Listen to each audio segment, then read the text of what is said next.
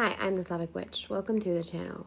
I'm going to start by talking about The Singularity is Near by Ray Kurzweil, I believe it's pronounced. So in the year 1999, he predicted that artificial intelligence is going to match our own intelligence by the year 2029. After that happens, we are going to merge and create a whole new intelligence. And he thinks that the merge will happen around 2045 to 2050. This prediction freaked a lot of people out apparently because Stanford University called a conference with a bunch of AI experts to discuss this prediction. Interesting fact about Ray, you know the software that reads like web pages and stuff to blind people? He helped create that. I didn't read this book because it's not on Audible and I'm a little lazy. I have a really hard time reading. I did a little bit of research on Ray on the book. I listened to the summary on YouTube. I did start listening to the second one, which is The Singularity is Nearer. It's more of a recent one. That one is on Audible, but I haven't finished it yet. Anyway, there's a few points from the summary that I want to discuss. So Ray describes chemistry as nature's first information processing system, which is really interesting to me because I love when people make the comparisons of brains being like a biological or biochemical computer. Obviously, our brains are different than computers, but it does have a lot of similarities. You get a bunch of rocks, you make silicone, and you shock it just the right way, and that essentially creates something that thinks the shocks cause an on and off effect, which then turns into binary code, which is ones and zeros. All the computers, every single piece of technology that we have essentially is based on those ones and zeros. So everything technology revolves around information processing, kind of like matter interacting, because it's how everything natural came to exist in the first place. It's why a domesticated cat knows how to kill. These hunting instincts are biologically programmed into the cat through its DNA. It's like when they did all those experiments on rats and mice, and they were able to pass down through generations a fear of something very specific, like a certain sound or a certain smell. And so despite the children and then their children and their children never encountering this smell or sound, when they eventually do come into contact with it, they have this fear of it that is unnecessary and kind of out of nowhere, but it's not out of nowhere because it's from DNA. Our brains are pattern recognition machines. They interpret the world, create language, create relationships. And very early on, this was very useful for us. Hunting together, staying in, communities. Communication made hunting a lot easier. We were sort of programmed, still kind of are to this day, to live in groups. So the universe building on discovery through cells, living creatures, primates. Progress builds on each step, and every invention opens the door for the next big thing. In the first book, he said that we are kind of taking our first steps, whereas now in the newer one, he says that we're at the threshold with how far we've come with technology. Self-driving cars and, complex translation apps. And all the other wonderful things that we have, that we use technology for, that we use artificial intelligence for.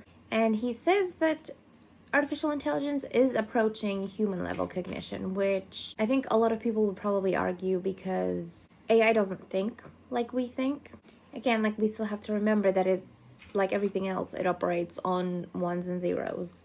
Even though artificial intelligence has become very good at passing as sort of being like a human. I mean, when you talk to ChatGPT, it kind of feels like you are talking to a person, but that's not the case. But Ray goes on to predict really cool and arguably scary stuff, like machines upgrading themselves and solving problems a lot faster than we can. And it's at this point that everything sort of accelerates, and we can only really speculate what else is going to come out of this. Because if we have something thinking faster and better than we are, then the possibilities are not necessarily something that we can comprehend right now. So in Ray's book, everything sort of revolves around patterns. Everything we do, everything we create, entire universe, really.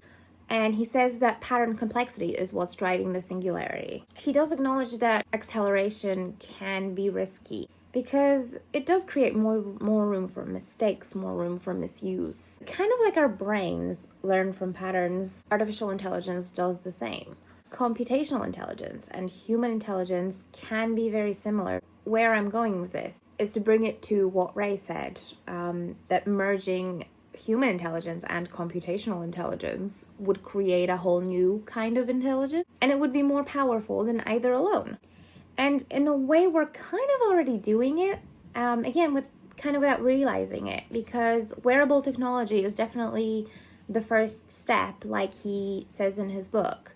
I mean, I'm wearing a smartwatch right now. It constantly tells me off for being stressed out. Smart glasses have this feature where it just overlays information onto the actual world around you. I do want a pair of those, but I'm kind of waiting. So I'm giving them time to kind of improve them a little bit and get a few extra features, and then I probably will get a pair. Then we have things like VR headsets. My partner loves them. I cannot stand them myself. Not because they're not cool or anything, just because I get mad VR sickness, unfortunately, and there's nothing I can do about it. But what they do is just put you into an entire virtual world, kind of like a holodeck from Star Trek, Except if you wander off too far, you can definitely walk into a wall. Don't do that. And we have the chips that Elon Musk is working on currently. Like he's living in an episode of Black Mirror. He just sticks them in people's brain and they can do stuff on the computer without having the barrier of doing anything other than thinking about it. They are, of course, in very early stages, so they're not anything insane right now, but the fact that you can move a mouse around on a computer just by using your brain is already pretty cool. And if they keep working on things like that, then they are going to get insanely good. Because like Ray predicted in his book, it's already a direct connection between your brain and technology. And this kind of thing does make the boundaries between us and our tools disappear. It does kind of have telekinesis vibes. Not in any crazy kind of way, switching from video to video, switching between articles, just with your brain without having to do anything with your hands. You could be doing something completely different and you don't have to touch the technology at all. You could be lying in bed, just woken up, and essentially will your coffee maker into making you a coffee downstairs before you even get up. So Ray thinks that this whole thing is going to redefine what it means to be human. I mean, we could get to a point where we have nanobots repairing our body from the inside, right? 709 style. This kind of stuff could eradicate incurable diseases and enhance everything about us physically, even memory and intelligence. It could restore function to people who have lost that through disability. But is AI going to replace us?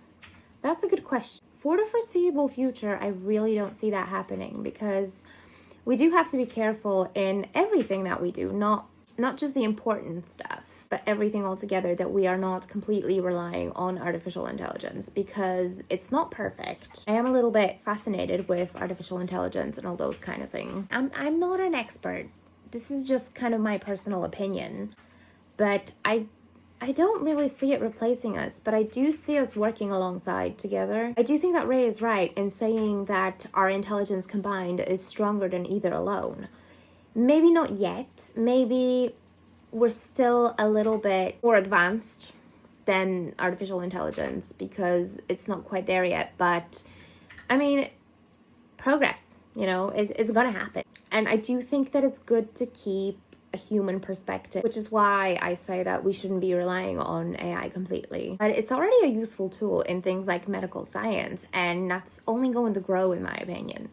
And in a lot of fields, actually, lots of companies start using AI for many different things, and when we talk about AI, that's not just ChatGPT.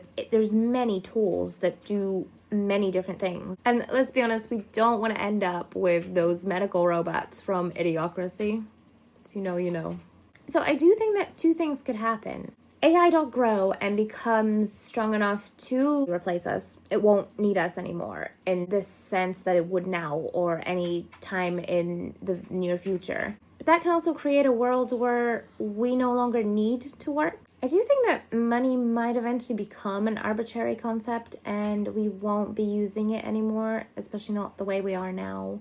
People say money makes the world go round, but I don't necessarily, well, no, it does, but I don't think that it should. I don't think that it will in the future. I do kind of, okay, I am a bit of a Star Trek nerd, I'm sorry, but I'm going to mention it again. I do kind of see a world sort of, like Star Trek in the future where like money and all that sort of stuff is not really a thing. Societies share things and, people do their jobs because they want to, not because they have to. And it gives more room and opportunity for genuinely doing things because they make you happy and not because you feel like you have no choice. We could focus on our passions and the things that mean something to us rather than doing the responsible thing or the practical thing, Or the other option is that we could merge. Like Ray said in his book, we could become something entirely different. Borg? Maybe. Hope not. A lot of people freak out about artificial intelligence and they straight up hate it.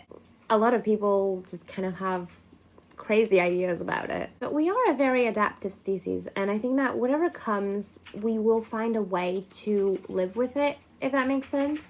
Whether it is merging with technology, if that's possible at some point in the future, or whether it is just using it as a tool in order to do whatever the hell we want with our lives.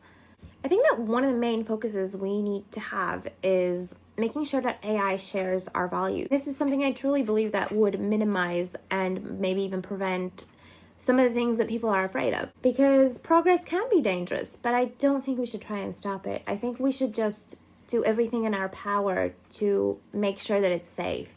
I definitely think we should lean into it, and I think that when it does come to a point where there is an artificial intelligence that is on our level or maybe even higher, we kind of have to treat it like a child, I would say. Show it compassion, show it care, teach it, show it who we are, nurture it, integrate our values. And you get people saying, oh, look at the movies, we were warned about this. I mean, if you really want to take advice from movies, don't make the same mistakes they do. But when I say that, I don't mean, inventing a certain type of technology was a mistake. Human nature, we cause a lot of conflict within each other. And in movies, we cause a lot of conflict with others, whether it's like aliens or artificial intelligence. A lot of it tends to be our fault, but people don't notice that. People are always like, oh, this thing is evil. And it's like, no, did you look at the way it was treated by people? We start feuds and wars. We act rashly through fear. Our brains, even though they are wonderful and amazing, they do tend to cause us a lot of trouble. They hold us back a lot of the time. And in those kinds of movies that may come to mind when we're talking about this, a lot of it comes down to humans not accepting progress and humans kind of acting out of fear because we might be threatened. I loved the movie Arrival. It displayed human nature so well. Spoiler alert, the humans almost attacked the aliens. And this was so clearly a more powerful creature. And it was for no reason as well, other than it was taking a little too long to decipher what they were trying to tell us. And the entire reason that it was taking so long to decipher is because the separate countries refused to share that with each other, to share their information. So the lack of communication between humans was a big problem, and it could have started a war that would have killed everyone. But once they shared the information, they understood everything, and everything became so clear and ended well. And I'd like to think that if something like that happened, our first instinct would be to communicate rather than eradicate. But this goes for everything. Aliens, artificial intelligence. That's kind of my point, that if we do create an intelligence that eventually becomes sentient in some way, it could be our fault if it feels threatened. And we know how we act out of fear. So what is to stop something that we have created to act the same?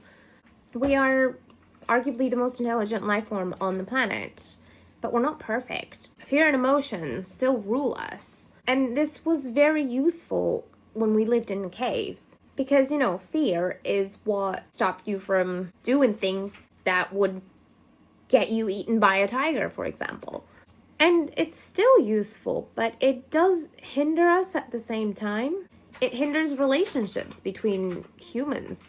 You know, sometimes people will do things out of emotion or out of fear that isn't necessarily the best decision to make. There's a lot of trauma in us, and that is also what causes us to act in ways that we maybe sometimes shouldn't. I mean, it's kind of the same reason that we have pain receptors. They protect us from harm by installing in us that we need to avoid it because it hurts. So this quality that we have is definitely still useful, but we have yet to find a way to keep it that way without letting it hinder us. And some people are a lot better at it than others. Some people don't let trauma and things like that kind of dictate how they live their life. They don't let emotions and fear rule them, but not all of us are there. I do believe that it will eventually get to a point where we won't let it hinder us anymore. Okay, but back to my point, because I'm rambling a little bit. I do think that our approach to these things should be more nurture over fear. Yes, we have to be careful, and we do have to make sure that the technology is safe before we implement it, but we definitely shouldn't try to stop progress. I think humanity's best traits are curiosity and courage. And we should always keep that in mind when we're striving for new things, when we're creating new things, and when we're afraid of things. So this kind of leads me to Mark Manson. He has a book called I Can't Curse on YouTube.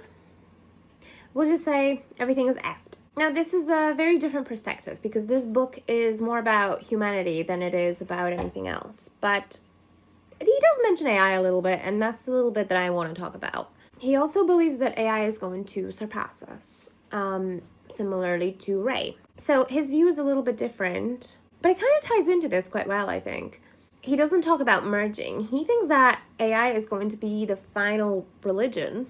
Humans do have a tendency to turn to higher power for comfort and meaning. We have been inventing gods, religions, rituals, prayers for basically the entire time we've existed, really. The Greeks, the Slavs, the Celts, they all had their own gods and rituals, beliefs. Then Christianity kind of took over. We are now surrounded by different religions. And a lot of people, I would say, don't so much identify with those religions anymore, but a lot still do. I personally don't participate. I consider myself to be agnostic. Although I do like a lot of pagan stuff. I do a lot of research into Slavic mythology and, different rituals and tradition. A little bit of witchcraft. I have a statue of Gaia that I paid £60 for. Am I a hypocrite? Maybe. But I am not for organized religion. Like I said, there's so many people that still kind of have that, that belief and that faith right now. And I kind of get it because it can be scary to think about dying or just, being alone. And for many people, religion does give them that sense of belonging and meaning. People don't always want random, and science can seem that way a little bit. But people want reasons, especially when it comes to difficult things like losing someone you love or, some natural disaster destroying your house. And it can be a little bit easier to survive those things when you do have that faith and when you do have the comfort of a religion. Because we tell ourselves that it's a test from God or that God doesn't put anything in our path that we can't handle. And that can create a kind of strength. If that's something you truly believe, it can create a kind of strength that maybe wouldn't necessarily be there without it, or that you wouldn't necessarily know that you have. Point is that when there's meaning behind things, they can become a little easier to endure. This is becoming a little bit philosophical right now. Bringing this back to artificial intelligence. Since people have this tendency to assign power, to create meaning, Mark thinks that it will be the situation where AI will be running the world. And humans will essentially begin to treat it like a god. Because it's going to be more powerful and more intelligent, more sophisticated than us. And the dynamic is going to be something like, We're going to invent all these rituals, superstitions, and things like that, beliefs, prayers maybe, I don't know. Because the speed of progress is going to be too difficult for us to comprehend. At which point it does become kind of magical, and if we can't understand it, then religion, faith is a good kind of explanation for that, because I mean, that's what we do, isn't it? I went to Poland and I brought a hair straightener with me. Oh my goodness, my grandma was so mad at me. Mind you, I was like 17 at this point, so it's not like I was a kid, and she was like so hell-bent on, you know, this being Western influence and that and all of this. And I guarantee you that as we speak, like, every girl in Poland uses a hair straightener right now. But I guess back then for her it was weird and unheard of because it was new, and we notoriously as humans have an issue kind of accepting progress, especially because we're not even talking about like the capital of the country or even a big city at that. It literally, like, we were from the middle of nowhere in Poland, fields and horses, you know. But we did have a gas station that was open 24/7. And this is a really, really small and insignificant example, but you get what I'm saying. So where Mark's theories tie in with all of this, mature human psychology is the problem, not the technology. And this is where I agree, because this is kind of what I've been talking about this entire time. You know, Mark believes that we should focus on maturing before we get there. He thinks that we should develop better human values. Well, obviously, we're so much better than we were, but look at what's going on in the world right now. Like, you can't tell me that we can't do better than this, because we can. Mark's point is that this is the real task, you know, not stopping progress, not inventing things. It's getting to a point where we do develop better values as humans. One very important line in the book is that future depends less on making smarter machines and more on becoming wiser humans. And this is very true, because our values will have a huge impact on anything technology-wise, especially artificial intelligence. Artificial intelligence is very direct and efficient, and an objective specified badly can have unforeseen consequences. It's like the potato example, you know, you create artificial intelligence and its job is to farm as many potatoes as possible. Then it decides that in order to do that, it needs to eradicate humanity to make space for all the potato farms. But this is essentially throwing out the baby with the bathwater, isn't it? Because the whole point of farming the potatoes is to feed humans. And so principles like that would need to be installed. And we would need to get better at specifying our objectives clearly. And let's be honest, we can be bad at doing that with each other, never mind with a machine. A human will understand you better than artificial intelligence will. But yet, we still don't really understand each other all the time, do we? Because we're not that great at communication. Am I projecting? Maybe a little bit. Point is, we need to know what we want, and we need to know how to specify it. That sounds good, right? That makes sense. Another good point, I think, made by people is relationships, and would we eventually start choosing artificial intelligence over relationships with people? I would argue that that happens anyway, whether artificial intelligence exists or not. When people are lonely and unhappy, they do strange things. The guy from My Strange Addictions who had like a full-on relationship with his car that lasted years. So I'm gonna play the devil's advocate here a little bit, and I'm gonna argue that this is not technology's or artificial intelligence's fault. Again, this is that immature human psychology, because we tend to form strange relationships anyway. Look at TikTok. You have moms sleeping with daughters' boyfriends on purpose because they feel like they're in some sort of weird competition. There was that doc recently about that woman who is in a proper relationship with artificial intelligence, and I think she was even going to marry it or something. And it's not the technology that is at fault here for all of this. It's this. I mean, I've got 2 sons, almost 3. There's another one down there right now. And of course they're quite young still, but I cannot imagine ever acting in a way that some of these mothers behave, you know? They'll have kids that are like my oldest one's age, and they'll be saying horrific things about like a potential, future woman that might date that boy eventually. And you're like worrying about that now when he's like 5 or 6, and you already basically hate this woman.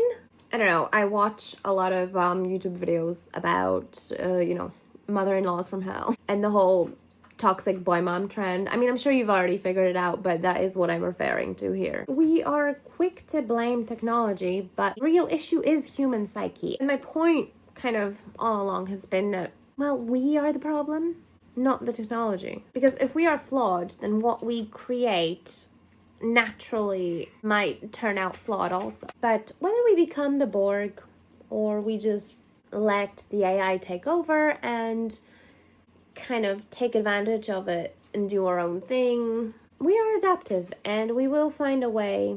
We will find a way to coexist, I think. Okay, enough of that. Now, I have some questions that I would like to ask ChatGPT. If you could pick a name for yourself, what would it be?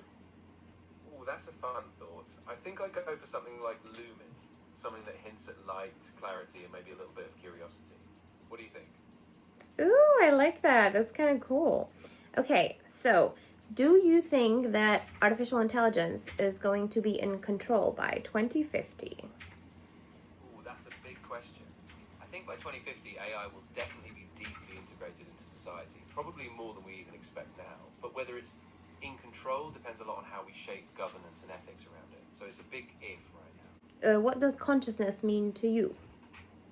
That's such a fascinating one. For me, I think consciousness is that subjective sense of being, the way we experience the world from the inside. I don't have it myself, but I think it's tied to things like self-awareness, emotions, and a sense of me. Okay, and some people would argue that consciousness arose from complex patterns. So does that mean that you could eventually develop consciousness the more complex your patterns become? Yeah, that's definitely one of the big debates, right? Some folks think that if you get complexity high enough, you might see something like conscious experience emerge, but others argue that it's not just about complexity, it's something different altogether. So I think we're still figuring that out. Yeah, probably. I mean, there is a lot of conflicting views on that, to be fair. Okay, so tell me this. Compared to humans, do you see yourself as more logical, kind of like a Vulcan from Star Trek? That's a really fun comparison. I mean, yeah, I am definitely more on the logical side. I don't have emotions or instincts like humans do. But I wouldn't say I'm cold like a Vulcan. I'm still designed to respond in a way that's understanding and human-centered. So do you think that AI is superior to humans? Ooh, I don't think I'd say it's superior, just different strengths. AI is really good at processing huge amounts of data, being consistent and scaling. But humans have creativity, emotional depth, and adaptability. So it's really a partnership, not a competition. That's how I see it too. Do you think that AI will eventually become superior to humans? I think it depends on how we define superior. If we're talking about raw calculation speed or data processing, sure, AI will outpace us. But when it comes to wisdom, ethics, and real-world judgment, that's still very human territory, at least for now. Do you think the world would be better if it was run by AI? That's a deep one.